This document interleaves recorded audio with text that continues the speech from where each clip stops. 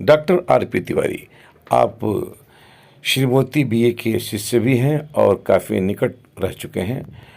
उनसे आपकी अच्छी वार्ताएं होती थी। श्री मोती बीए की पुस्तक राशन की दुकान में आपने उसकी भूमिका भी लिखी थी। श्री मोती बीए जी पर आपने बहुत कुछ संस्मरण रखा है अपने पास। आज उनके इस 105वें जयंती के अवसर पर डॉक्टर आर.पी. तिवारी द्वारा पुष्पांजलि के कुछ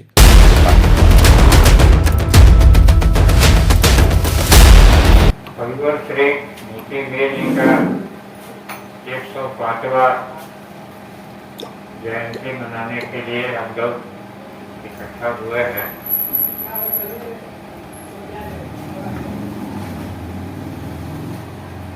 समय कितना जल्दी बदल जाता है और समय के साथ आदमी भी कितना बदल जाता है। श्री मोती बीए जी क्या थे, उनकी क्या गहराई थी, क्या ऊंचाई थी और उनके साहित्य का क्या निहितार्थ था, इसको आज तक ठीक से जाना समझा नहीं गया। बहुत सारे कारण हैं, अपने अपने तरीके से उसको लोग समझने का प्रयास करते रहे हैं और करते रहेंगे। ऐसा होता है कि जो पहाड़ पर पैदा होता है वो पहाड़ की ऊंचाई को नहीं समझ पाता। उसको लगता है कि ये तो जो है जानी पहचानी चीज है। हम लोग मोती बीए के इर्द गिर्द के लोग हैं, उनके घर के लोग हैं, उनके द्वारा पाले पोसे और पढ़ाए सिखाए गए लोग हैं। तो वो जो है ऐसे ही समाज में उनका ज्यादातर समय बीता।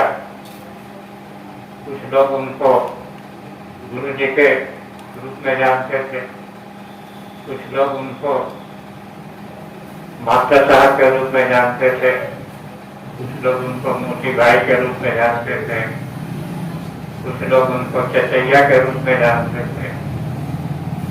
और किसी तरीके से हम अपने अपने मनोविज्ञान के अनुसार उनको जानते समझते रहे।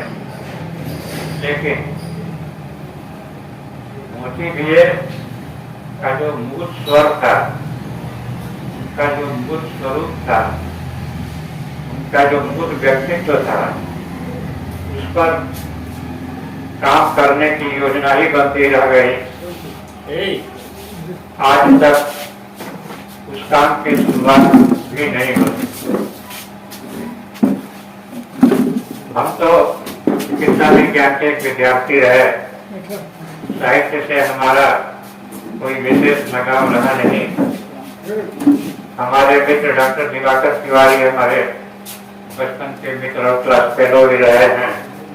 इन्हीं के सानिध्य से मैं गुरुजी यानी मोती बीए के संपर्क में आया, इन्हीं की पहल से आया। और क्योंकि हम लोगों का जो है रोज रोज का किरणा है, दिन भर के 12 घंटे हम लोग एक साथ बिताते थे। तो आपस में हम लोग पढ़ने लिखने की बात ही किया करते थे। उसमें जो है जब हम लोग गुरु जी से जुड़े तो पढ़ने लिखने की प्रेरणा वहां से भी मिलने लगी। क्या पढ़ना चाहिए, क्या नहीं पढ़ना चाहिए, इस पर हम लोगों को गुरु जी के द्वारा जो है सुझाव भी मिलता था। और धीरे धीरे करके गुरु जी के इर्द गिर्द एक मंडली बनती चली गई। उस मंडली में जो भी पढ़ाकू किस्म के लड़के थे, जो पढ़ाई लिखाई से विशेष लगाव रखते थे, वो मोती जी के इर्द गिर्द इकट्ठा होने लगे, जिसमें रविंद्र उपाध्याय, तुलसी जी, चंद्र प्रकाश, अशफाक जी, दिवाकर जी, महेंद्र नाथ पांडे और इस तरह के बहुत सारे लोग देवरिया के ऐसे बहुत सारे यहाँ पे भारत के बहुत सारे विद्यार्थियों का एक जो है समूह बन गया, जो पढ़ाई लिखाई, देश विदेश, परीक्षा प्रतियोगिता और साहित्य इतिहास पर जो है अच्छी अच्छी बातें होती थी, भाव होता था, विचार विमर्श होता था, एक विचार गोष्ठी बन गई थी। उन्हीं दिनों जब हम लोग इंटर में पढ़ते थे तो दिवाकर जी के विशेष प्रयास से और हम लोगों के अध्यापक ओम प्रकाश श्रीवास्तव जी के नेतृत्व में एक बार हम लोगों ने हिंदी साहित्य परिषद में एक कार्यक्रम किया था, जिसमें हम लोगों ने महादेवी वर्मा को बुलाया था और मोती जी ने उसकी अध्यक्षता की।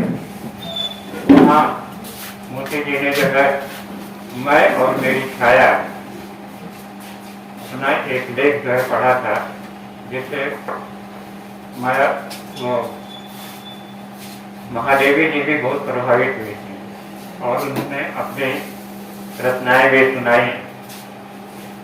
तो वो एक दौर था, एक जमाना था जब बरगद में इंटेलेक्चुअल माहौल हुआ करता था।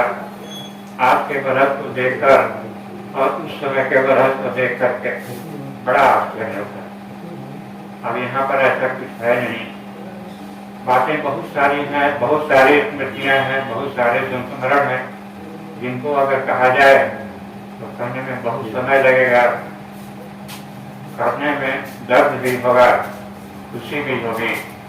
लेकिन एक चीज आज उनके 105वीं जयंती के अवसर पर मुझे लगता है कि कहना चाहिए, वो ये कि मोती जी की जो रचनाएं हैं वह जो है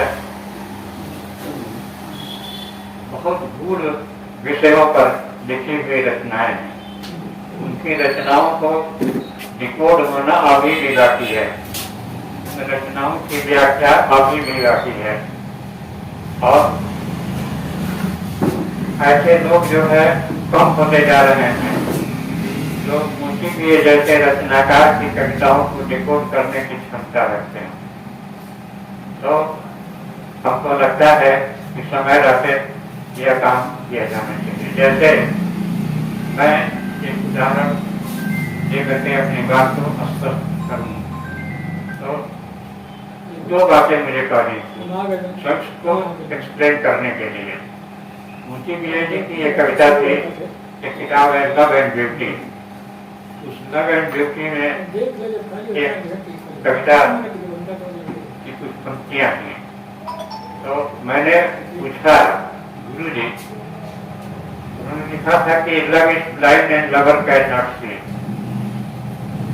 अरे ये जो है शेक्सपियर की जो है एक लाइन है, जिसको एक्सप्लेन करने में गुरु जी ने इस लाइन को कोट किया था। मैंने उनसे पूछा कि ये जो आपने लिखा है कि torture not less love should have है, torture not less love should have eyes, इसका क्या तात्पर्य है, इसे आप क्या कहना चाहते हैं?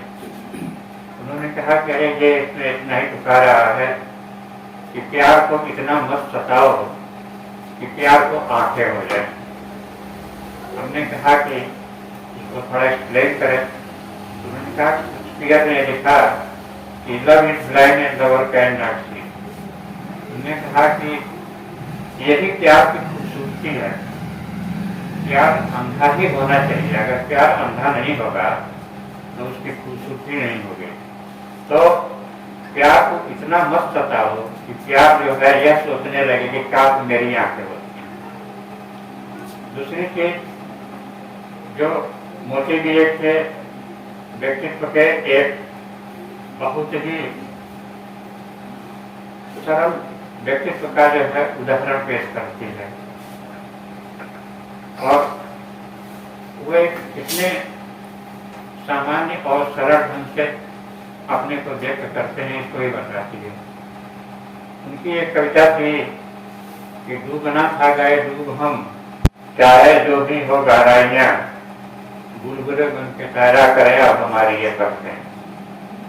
मैंने उनसे पूछा कि गुरु जी, आप कह रहे हैं कि चाहे जो भी हो गहराइयाँ, अगर मान लीजिए कि घुटने पर पानी है और उसमें अगर कोई डूबना चाहे तो कैसे डूबेगा? तो वो थोड़ा झुंझला गए और उन्होंने कहा कि काट दो इसको, गलत काट दो। थोड़ा मतलब गुस्से में उन्होंने कहा। हम तो थोड़ा डर गए।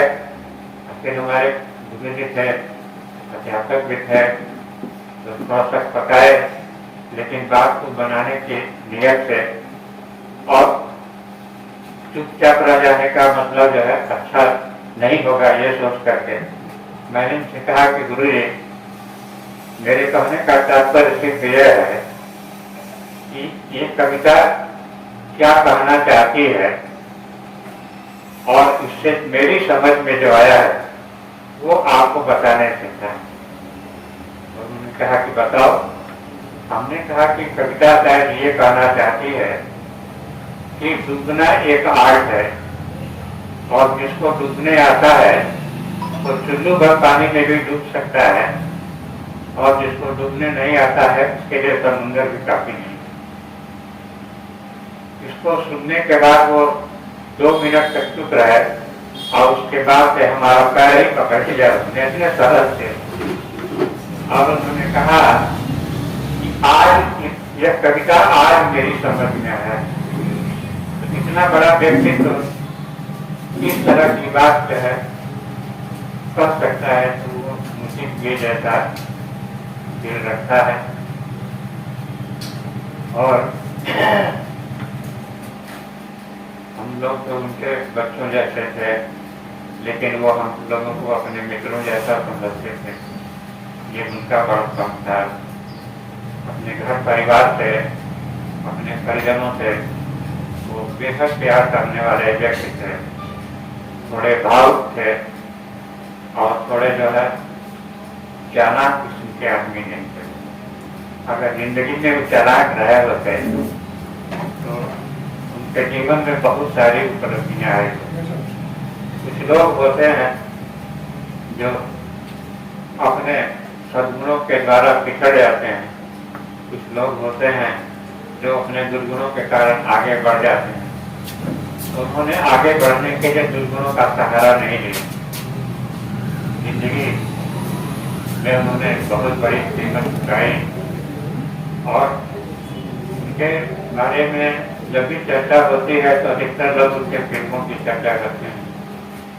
मैं ऐसा समझता हूँ कि फिल्म उनकी जो है वक्त की जरूरत थी और वक्त की जरूरत को पूरा करने के लिए उस बड़े समय के लिए, जैसे लोग थाईलैंड चले जाते हैं, जैसे सिंगापुर चले जाते हैं, वैसे ही वो मुंबई चले गए। लेकिन उनकी ऊर्जा का मुख्य जो धारा थी, जो केंद्र था उनका, जो वो गंभीर साहित्य था। माहौल नहीं मिला, समर्थन नहीं मिला और परिस्थितियों ने जो है अपना तकाजा पूरा नहीं किया। नहीं तो निश्चित रूप से हम लोगों के बीच जो है एक महापुरुष आया था जो अपनी आधी अधूरी इच्छाएं पूरी करके चला गया। हम उनके प्रति अपने श्रद्धांजलि व्यक्त करते हैं और इस बात का दर्द लेकर के जो है जीने का प्रयास करते हैं कि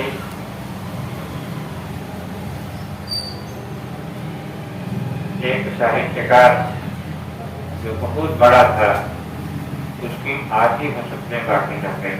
इन शब्दों के साथ मैं अपने बात